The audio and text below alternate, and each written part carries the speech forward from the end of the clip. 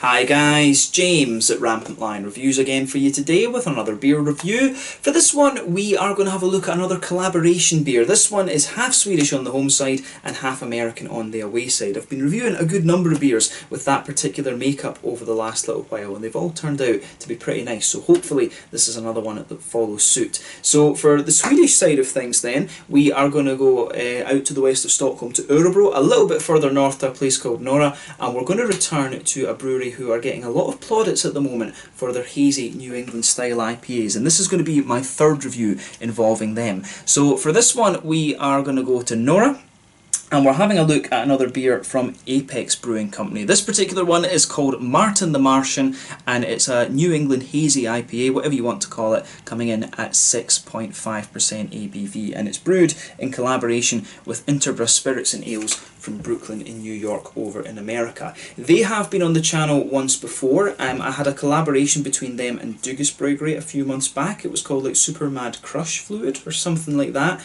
and you know, as is always the case with Dugas, that turned out to be a really nice IPA, but that was my first encounter with Interboro, and I will be going out to the States in September, so hopefully I can have a little look at some of their beers when I make it down to New York to visit my friends there. So there's been a good number of breweries from New England that have been collaborating over here in Europe, and I've done reviews that are collaborations, so it'll be nice to get over there and actually try some of their own beers at some point. So hopefully you'll see some more Interboro reviews at some point later in the year. But this is my third review, as I said, involving Apex, and I hope that their beers come out, continue to come out quite regularly through Systembolaget. But a very good brewery in Sweden at the moment, and as I said, they're getting a hell of a lot of plaudits for the New England IPAs. So one of the Swedish breweries to watch over the next little while, I would say. So looking forward to trying this one, and I hope that you guys enjoy my take on it as well. Nice to return to both of these breweries. So as always with my reviews then, I'll tell you a little bit about the breweries involved here before we taste the beer. If you want to get straight to the tasting, just fast forward. All the usual links are in the description below. That's the brewery websites, the link to my other reviews that I've done from Apex Brewing before, and my other reviews involving Interboro Ales and Spirits. This is the second time they've appeared on the channel, and the third time for Apex Brewing, of course. Hopefully I can add more to both of those lists at some point in the near future. There's all the usual social media down there as well. If you want to see more reviews, do please consider subscribing to the channel. The whole channel, of course, has a geography-based tagging system, so you can go into the homepage and search for beer based on country, city, state, county, province, prefecture, whatever it is you're interested in. Do check out the playlists of beers from different countries. There is one there for all the Swedish beers that I've reviewed for you, and another one for all the American beers. Both of those are being added to whenever I get the opportunity, very regularly in the Swedish case and pretty regularly in the American case, so keep an eye on those. This one will appear in both because it's a dual nationality beer, and as always, please do get in touch and let me know some of the other beers and breweries that you guys would like to see me review. It's always great to hear from you guys that are watching the videos, and the support that you show the channel is hugely appreciated. So anyway, to tell you a little bit about Apex Brewing then, so on to my brewery notes. So Apex Brewing, as I mentioned to you already, are based in a little place called Nora, to the north of Örebro, and Örebro itself is out to the west of Stockholm. But this company were founded back in 2017 by Daniel Gatchitz and Nicholas Lundgren, and both of these guys are musicians, with Nicholas having played in the band 59 Times the Pain, and Daniel having playing in The Voice of a Generation. So two musicians, and that's also the same as the case with Odd Island, who are down in the Gothenburg area. Those guys were both in Flames. So quite a number of musicians actually in Sweden seem to start with their own breweries. You've also got Microphone Bryggeriet, which is now Duck Pond Brewing as well, actually. But Daniel and Nicholas are responsible for the brewing operations, but there are a few others involved in the company. This is Leif Carlson, Ola Eriksson, and Roger Helm. So they started off with a 500 litre brew kit with 6 fermentation tanks, and they were selling their beers in the local area before they got them into Systembolaget. But in 2018 they produced around 35,000 litres of beer per year with about 25 different varieties, and all of them were, or most of them I think, the vast majority were the kind of hazy New England IPAs, and they were planning to reach 100,000 litres brewed by the end of 2019. I couldn't find whether they'd actually managed to do that, but they are continuing to expand and add more beers to the repertoire. As of February 2020, when I'm filming this review for you, they've produced 80 different beers. But as I say, there has only been maybe, I think, about 5 or 6 of them actually released in Sweden, from what I can gather. I've reviewed 2 of them for you before, and this, as I say, is my third one. This has to only be like the fourth or fifth review, I think, that's been in Sweden. Quite a number of these Apex Brewing beers. You will find them on tap in various places, of course, and I think quite a few restaurants will have the cans and things, but otherwise, to get some of the different ones at home, you would have to go through like Glassbanken or some of the other beer services that bring them in from Denmark. But yeah, a very good brewery at the moment, one of the Swedish breweries that you really need to watch, because these guys, I think, are going places, but a specialist in the kind of New England hazy style IPAs. So if that's your thing, Apex Brewing are one of the breweries that you definitely want to check out. The stuff that these guys are doing is as good as the kind of Stigbergers and Dugas in my opinion, so check them out if you get the chance. But yeah, that's all you really need to know about Apex Brewing for the moment. If you want to learn more, of course, you can check out the brewery website, you can follow them on Facebook and Instagram to keep up to date with all the latest goings on, and of course you can check out the Rate Beer, Untappd and Beer Advocate pages to learn a little bit more about all the different beers that they've done. So yeah, on to the American side of things then, Interboro Ales and Spirits. So as I mentioned to you earlier, Interboro Ales and Spirits are based in Brooklyn in New York, and they were founded back in 2015 and they opened in September of 2016. The two main people behind the company are Laura Dirks and Jesse Ferguson. Jesse is the brewer, and he previously worked for Carton Brewing in New Jersey and also for Other Half, the famous Other Half in New York. Another brewery that I want to visit. But Laura, meanwhile, has a background in management and communications and also a good level of experience from the local craft spirits scene. So they put a lot of work into renovating their home on Grand Street and to install a brew kit and a still, and they were also, they did this by kind of raising $15,000 on Kickstarter to fund the purchase of a small pilot kit to make their special batch beers. So they are a very prolific brewery from what I understand. Over the last 3 years they've continued to grow. They have a tap room on site at the brewery as well, and as of February 2020, these guys have produced 238 different beers according to Untappd, and they're also producing gin as well. So if you're a bit of a gin buff, then you can go along and try some gin and also try their beers as well. Actually, I think that's one of the breweries that I really would like to check out actually when I make it over to New York. There's been a hell of a lot of craft beer activity over there in recent times. You know, you've got Finback, Fifth Hammer, you know, Other Half. There's so many good breweries in the New York area these days, so I'm looking forward to going and visiting my friends there and exploring some of these during my days wandering about. So yeah, that's all you really need to know about Interboro Ales and Spirits. Cool to have these guys on the channels once again, and hopefully I can review some of their own beers at some point later in the year. So yeah, if you want to learn more about them, you again check out the brewery website in the description below. You can follow them on Facebook and Instagram to keep up to date with all the latest goings on, and you can check out the Rate Beer, Untappd and Beer Advocate pages to learn more about the different beers. So yeah, let's get on and actually have a taste of this particular beer then. I'm really curious to see how this one turns out. So to give you a little bit of detail on this particular beer, this one is a 6.5% New England IPA. It was released here in Sweden on the 28th of February 2020 through the Tillfälligt assortment, as it's now called, formerly the Små Partiers. This one is hopped with Malteri, Kohatu and Nelson Sauvin from New Zealand, Victoria's Secret from Australia, and Mosaic from America. The malt base in this one is Maris Otter Extra Pale, Carapils, Naked Oats and Torrefied Wheat, and it uses a WLP London Fog yeast. So yes, a lot of impressive stuff in there.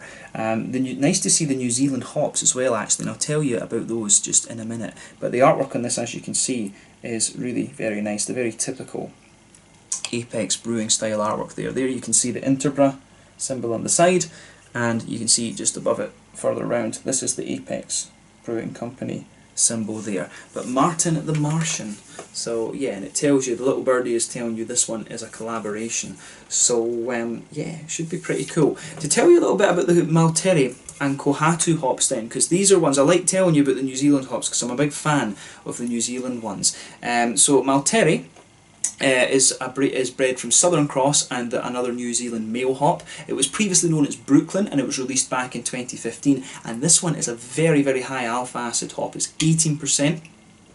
And apparently it gives you a lot of piney resinous bitterness and also a lot of grapefruit and passion fruit. Kohatu, on the other hand, is a little bit older. So this one's name means stone in Maori apparently. It was released back in 2011. It's lower in alpha acid. It's about 6.8% alpha acid, this one, but apparently it gives you a very nice round bitterness. Gives you a little bit of piney resin and also pineapple and some other tropical fruits as well. So it's been a long time since I've encountered Kohatu. I did have a Malteri in a beer which I think was actually from Nordic Kiwi Brewers, now Northern Exposure Brewing Company, and that is a very nice hop actually. I really did like that one, but as I've told you before, I'm a huge fan of the New Zealand hops since I was there back in 2015. It was awesome to try some of their IPAs, and it'd be cool to go down there now again actually and try some of the hazy ones, because when I was there it was still the kind of West Coast type IPAs. But Mosaic we know well, the kind of nice tangerine oranges. Nelson Sauvin is the classic New Zealand kind of white, green, grapey type hop, and Victoria's Secret is kind of like the little brother of Galaxy, the same sort of flavours but just a little bit less pungent and things actually. So this one I think has a hell of a good malt bill and hop bill and things like that, so very much looking forward to this. There you can see music, people and beer, which is always good, and just little birdie from Apex Brewing Company as well. So yeah, without further ado then, let's get this guy out and we'll get on with the tasting. This is one of the ones that I was really looking forward to when I picked up my small partiers. And I have to say, the one this time, the 28th of February one, I think is the best one that I've actually ever encountered in Sweden in my 4.5 years here. I think that's the best small partier that I've come across so far. I ended up buying 12 beers from this one, which is the most I think I've bought from any small partier. You've also got the Småskaligt assortment as well, and the Småskaligt assortment that's coming up does look pretty damn good. So this is going to be an expensive beer month, this one, I have to say. But yeah, as you can see with this one, and as you would expect, this one has poured a lovely kind of bright yellow colour. It's almost the same, well, it's a bit brighter than the can actually, but a lovely kind of bright yellow, hazy colour, this one. You could see the head on this was about a half finger, quite big bubbles, but it's just kind of it's just sort of fading away, and that's going to be very quickly a thin sort of foamy layer, but perfect white head, quite a bumpy one. One or two big bubbles sticking towards the side of the glass, a few little ones going up towards the bottom of that head there, but overall it does look very, very nice actually. This one's really one of the lighter ones that I've come across in recent times, but nothing overly surprising about this beer in terms of its appearance when you consider what style it is. But let's have a look at the aroma then and see how we get on. Ooh, this one's interesting. This one smells a wee touch farmhousey. I don't remember the Apex beers smelling like that before. I remember them smelling kind of quite sort of smooth and creamy, and in fairness, when your nose adjusts to it, it does start to lean more towards that. So when we talk about these New England hazy IPAs, you have to mention the big four obviously, the Trillium, the Treehouses, the Alchemist and the Hill Farmstead, who I've not tried anything from so far of course. But in my experience, the Alchemist beers are a little bit more farmhousey. The Treehouse ones are really smooth and creamy and oaty, whereas the Trillium ones, they lean a little bit more towards the wheaty and bitey end of things. In terms of the aroma that you get out of this, for me there is a little touch of a kind of farmhousey thing to this, which is interesting, because I always remember the London fog yeast being very smooth and very creamy, but once my nose adjusts to it, you really start to get more of those notes out of it. So yeah, with this one you can smell a little bit of that white bready wheaty kind of thing in there. You can smell this, the kind of oaty creaminess as well. But the thing with the Maris Otter is actually a lovely malt. I don't know how many breweries use it in New England IPAs, because it was always a really nice one. It gives you this lovely kind of sweet, almost, it's a mix between biscuity and bready Maris Otter. It's a very, very unique aroma, but you can definitely smell a bit of that McVitie's digestive type biscuit in this one. It's got carapils in it, which if I remember correctly is a Weirmann malt from Bamberg in Germany. So this one really does have a good little bit of biscuity kind of quality to it, and we'll see in the mouthfeel as well, I'm sure, that kind of Pilsner type malt coming out of this one. But the malty base on this one is really nice. It starts off a little bit farmhousey when you first smell it, I think, but then it really smooths out, becomes a bit more kind of creamy and smooth, and then it's a little touch sweeter, I would say. On the hoppy side of things then, teeny bit of earthiness, to be honest with you, the green side of the hops, it really leans towards the grassy side of things for me. There is a little bit of floral character in there, but it's not quite as big and pine resinous as I was expecting, you know, with Malteri and Kohatu. You know, it's saying that they're supposed to give you a lot of pine resins. I don't detect too much of that in the aroma, I have to say. And I would be guessing that, I don't know if maybe the Kohatu might have been used as the bittering hop or something, because it is the lower alpha acid one, and New England IPAs don't tend to be too high in their bitterness. And it all depends when during the brew you actually add the hops in. If you add them in earlier, that's when you get the bitterness out of them, but if you add them in later, that's when you get flavour and aroma, and also a little bit of bitterness. Usually I think New England IPAs, the boil is like 90 minutes, so probably most of the hops are actually added in the last sort of half hour, if you like. So yeah, that's an interesting point about this one. But the fruitiness, the piney raisins don't come out for me, but the fruitiness of this is really very nice. I mean, straight away for me, you do get some nice, you know, pineapple-y notes out of this one. That's in there. I don't get too much of the pungent sort of passion fruit and grapefruit that you might expect from Malteri or from Victoria's Secret. That's kind of an interesting point about this one. You get the nice juicy tangerines from the Mosaic, definitely, but quite a lot of the white green grapey notes from the Nelson Sauvin are coming out there.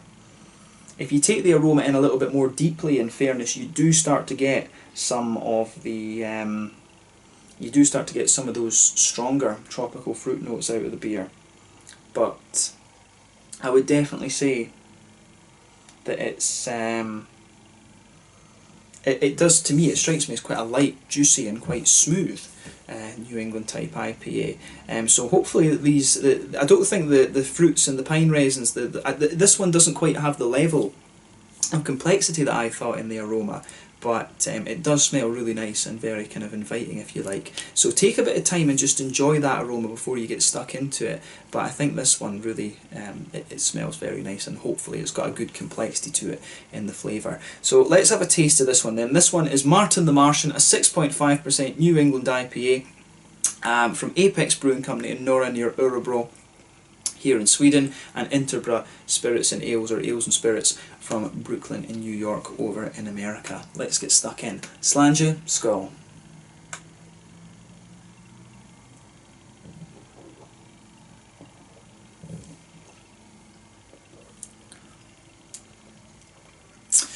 Yeah, this one's really pretty damn good, I have to say. But you know, the Apex, they're getting a reputation for a reason. It's really not surprising to come across a good beer from these guys. They're really kind of pumping out these New England IPAs. They've obviously got a very, very good base recipe that they just kind of tweak around with depending on what hops and stuff they want to put in the beer. So they've kind of stuck to this New England style. Actually, I'd love to see them have a go at a West Coast IPA, and I think when I posted my first review or second review from these guys, I said the same thing. It'd be awesome to see them have a go at a West Coast IPA, and they did say they're going to try it actually, so hopefully they do in the next few months. I've noticed a bit of a resurgence of the West Coast IPAs amongst the Nordic breweries recently, so it would be cool to see what Apex could pull off in that particular style. Beer Bibliotech had a couple of beautiful ones recently.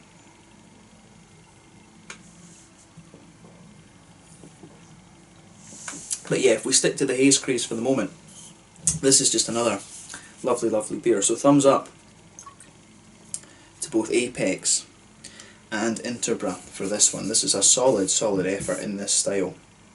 So, where to start with this one then? So, first off, the middle of your palate's going to be blanketed with that lovely white bready, wheaty kind of note. That just goes straight across the middle of your tongue. Further back on the palate, in the middle, I think you can pick out that kind of crispness from the Pils malt there.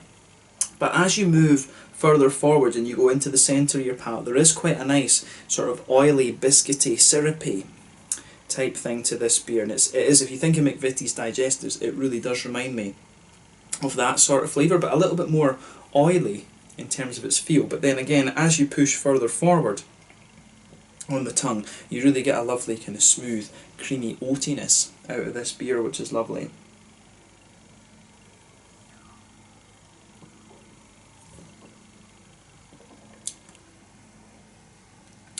So yeah, the malt base in this one is really, really nicely done. As I say, these guys really have, they obviously have a very, very solid base recipe, and this London fog yeast that they're using, that's what the likes of Cloudwater and Wylam and I think Dea and all of these guys use, you know, all the big English breweries that are doing these IPAs as well, that they're using the same yeast. So but I actually think the malt base they have in this one for me, I think is a bit better than some of those breweries. I've not had too much of Dea, right enough, but Wylam's beers in my mind are a little bit more kind of bitey and wheaty. The Cloudwater ones are a little bit more sort of creamy and things. So that's an interesting point to make about this. I think this beer generally, this one leans a little bit more towards that kind of treehouse, Cloudwatery type smooth IPA rather than being a little bit more wheaty and bitey like your Wylams or, for example, Trillium as well. So yeah, very smooth and slightly sweet IPA, this one. I have to say, I think this one is, the malt base in this is a little bit sweeter than the single hop or the Simcoe Mosaic. Was it Simcoe Mosaic that I had last time? So yeah, I think the malt base is a little bit, I think they've improved the malt base a little bit in this, which is nice.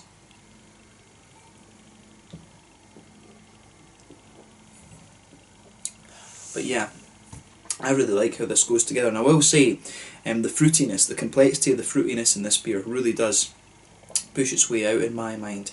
This is nice. I think that I probably would say this is the best beer I've had from Apex so far. Actually, it feels a little bit more sort of refined, if you like, and that's obviously going to happen as time goes on. They're going to refine their recipes and make them better and things like that. And I was very impressed with the last beer, so that kind of shows you can always improve, even when you don't need to particularly. But yeah, with on the hoppy side of things then, back corners of the palate there is a little bit of earthiness, that comes out a wee bit further into the aftertaste.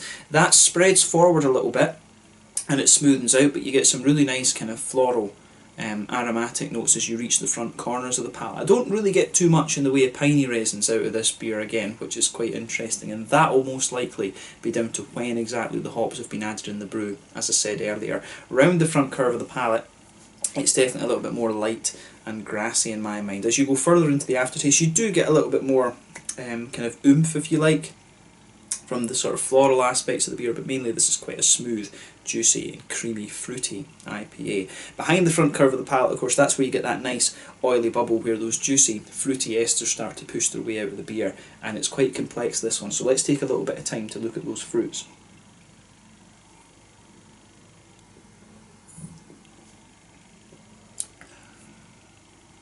So yeah, this one really is very nice.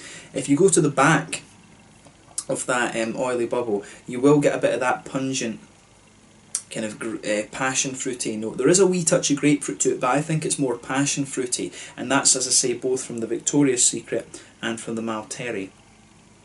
As you move further forward from that, it starts to develop more into a kind of more tropical thing. So it's a little, I think, it has got a little bit of a mango vibe to it, and a little bit of that kind of pineapple-y thing. So that will be the Kohatu pushing its way out. It'll be the Kohatu will be giving you the kind of nice pineapple-y notes, but it feels like there's a little bit more of a kind of papaya, mango-y type thing in there as well, which is very nice. But as you come further forward on the palate, the way that the Mosaic and the Nelson Sauvin is interacting is very nice, because to me the orangey flavours, you really do get a good bit of a kind of orangey tangerine out of this one, and to me that just feels a little bit more oily than the other ones. The other fruits feel a little bit more kind of lighter and airy, if that makes sense. But yeah, the oiliness of the orange flavours in this is really what's striking me about this beer. I like that.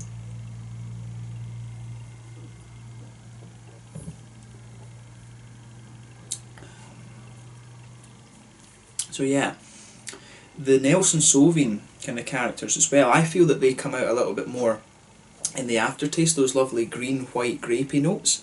You know, those, they really, you can feel that just kind of coming out from under the orange. When the oiliness of the orange starts to just fade away a little bit, you start to get the lovely kind of white greeny grapes that you would expect of Nelson Sauvin.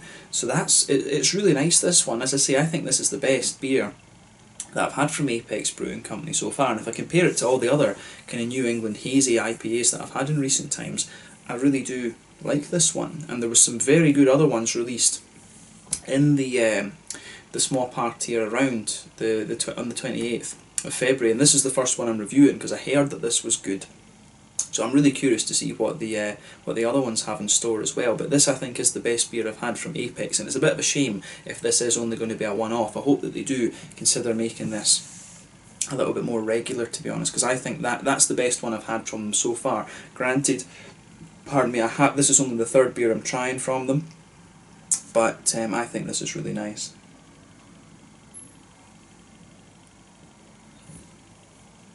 I wish I could justify ordering some of their stuff from Glassbank and things, but the thing is, whenever I order stuff from there, I end up just going crazy, so I just try to stay away from that and stick to the Systembolaget things. But yeah, this IPA is really very nice. In terms of the mouthfeel then, I would say that this one, it's a mid-bodied beer, the carbonation is very smooth. The mouthfeel overall, it's not the creamiest. It does have a good little bit of that creamy smoothness to it, but I think it's within that it does lean a little bit more towards the oily end of the spectrum as well. So one of the more oily New England IPAs that I can remember having, but I really think that helps the fruity characteristics that this beer has. In terms of hoppy bitterness, this one surprised me a little bit. I think this one is your kind of standard 30-ish IBUs. I don't think it's higher than that. Surprised that there wasn't a bit more piney resin to it when I read about the two New Zealand hops, but this one, it really leans more towards that floral and lighter grassy side of things, so I'll stick with my estimate of 30 IBUs on that, open to being proved wrong though. In terms of the malt base, like I say, very smooth, but it gets a little bit sweeter towards the front of the palate. You've got that lovely biscuity note to it as well, so a good balance between smoothness and sweetness, and also a bit of creaminess as well. And like I said, the fruits in this are really nice and quite oily. I really like how the fruity side of this beer comes together. That and the way the malt base is kind of being refined is what really makes it stand out for me. So yeah, big thumbs up to Apex Brewing for this one, and also to Interboro too. I think they've pulled off a very, very nice beer here. It's a bit of a shame if this one does only turn out to be a sort of one-off, but knowing Apex, they do seem to stick to this style. They probably will be using the knowledge that they've gained from this collaboration in one of their next beers. So hopefully it's not too long before more of the Apex stuff comes through Systembolaget. I think I actually missed the last one that they released because I was away in Japan, come to think of it. But yeah, a beautiful beer this one, 6.5% ABV, really easy to drink, and that's what you want from this style actually. So thumbs up to Apex Brewing Company once again, and Interboro. Martin the Martian, 6.5% New England hazy style IPA, and really, really nicely done. So let's leave it at that for this one. Once again, thank you for watching my beer reviews. Until the next time, please like, subscribe, share, all the usual YouTube stuff. Let me know your own thoughts on this beer in the comment section below. Let me know what your favourite beers are from Interboro Ales and Spirits, and also Apex Brewing Company as well. And I've really enjoyed reviewing this one for you. The Martin the Martian, a lovely New England IPA released on the 28th of February 2020 through Systembolaget here in Sweden. Check this one out while you can. This one's probably going to move quickly, and hopefully it does become a regular beer. My favourite one rather, that I've tried from Apex so far. And like I said, hopefully we can try some more Interboro beers. Can't speak in this video. More Interboro beers when I'm over in the States in September. Thanks again for watching. I'll catch you guys soon. Slàinte, skål. Make sure you check out Martin the Martian. Cheers.